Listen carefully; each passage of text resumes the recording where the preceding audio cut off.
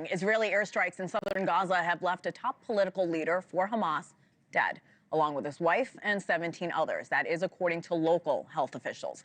Now, the latest strike capping off several active days in the region as Israel strikes both into Gaza and Lebanon. Protests erupting in Tel Aviv Saturday and today, calling on Prime Minister Benjamin Netanyahu to work at ending the war and securing the release of hostages. Here with us now is foreign policy expert and former spokesperson for the U.S. missions to the United Nations, Hagar Chemali. Hagar, good morning. Welcome back. Thanks, Hena. Good to see you. Great to see you. So let's start with those new strikes from Israel into Gaza this morning. There's a rising death toll. Does this give Netanyahu leverage to bring the hostages home, or does this hurt his cause even more, especially as we see these protests within Israel? It could go either way. And, it was always difficult to reach phase 2 of the negotiations. So we always kind of figured that at the end of this ceasefire, at the beginning, and I've talked about it with you, was that the terms of what would be needed for phase 2, which is really reaching an end to this war, a withdrawal of Israeli troops, the release of all hostages, we knew it would be tenuous. And so if it's tenuous to get to that, the hope we had was that at the very least that the ceasefire would continue to exist on the existing terms. But given how difficult those conversations were, the fact that this has devolved back into war is a disappointment, but it's not surprising. And the reason you're going to see that pressure ratchet up going back to that war is because in Netanyahu's eyes, that's what helped him get to the situation that he got to, where you got to a deal, where you got to the release of hostages that you recently had. And so could it work? It's all at this point, when you're talking about war with Hamas and Israel, Gaza, it's all extremely difficult. Yeah, last time we spoke, you were skeptical about moving on to phase 2. And of course, that's what we're seeing now. But do you think as we see these protests, that's going to change Netanyahu's approach on how he's handling getting these hostages home? Unfortunately, I don't believe that public opinion, while it's so clearly the majority in Israel, affects how he pursues this war. And that's because that's how we've seen it. For him, that's his pattern of behavior since the beginning of this war. When we've had many phases, particularly when you saw those 3 hostages being released by Hamas who looked so emaciated, and you've seen real surges of public opinion in Israel pressure Netanyahu to focus on the release of hostages. And it doesn't waver him. He's very singularly focused on the decimation of Hamas.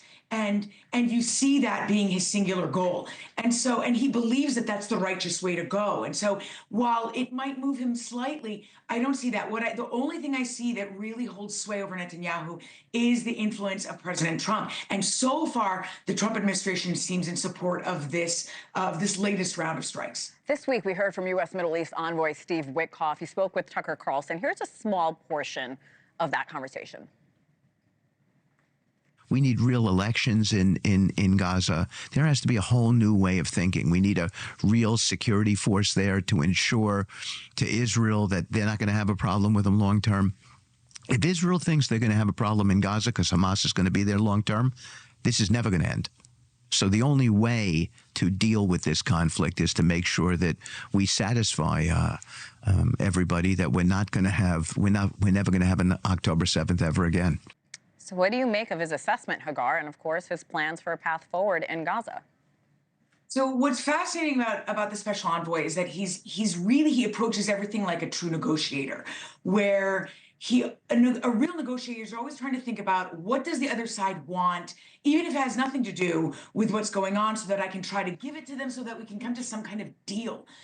The thing is, though, you're dealing with a terrorist organization that is really, truly ideologically motivated and at this point wants only to survive. And I saw that interview, and at a later point in that interview, he said that his belief is that Hamas is not as ideologically motivated as one might think. Listen, I handled Hamas when I worked in counterterrorism in the U.S., and I don't agree with that. While I do believe that Steve Witkoff has done some amazing things, I don't agree. But the fact is that he might not be saying that because he believes it. He might be saying that because it's a negotiating tactic to try and let Hamas believe that it might actually survive this, because that is the one thing Hamas wants. And you see that as negotiations go on. The one thing I will say, if you look at it from a bird's eye view, Hamas over time is getting weaker and weaker, and its demands in the negotiations demonstrate that their only goal is to survive. So Steve Witkoff, my hope is that he's dangling that as a carrot to try and get to something so that they can eventually push them out. but I don't agree that they could stay in Gaza ever and not continue to pose a threat to Israel. And Hagar. Thanks for watching. Go to joinnn.com to find NewsNation on your television provider. And don't forget to click the red subscribe button below to get more of NewsNation's fact-driven, unbiased coverage.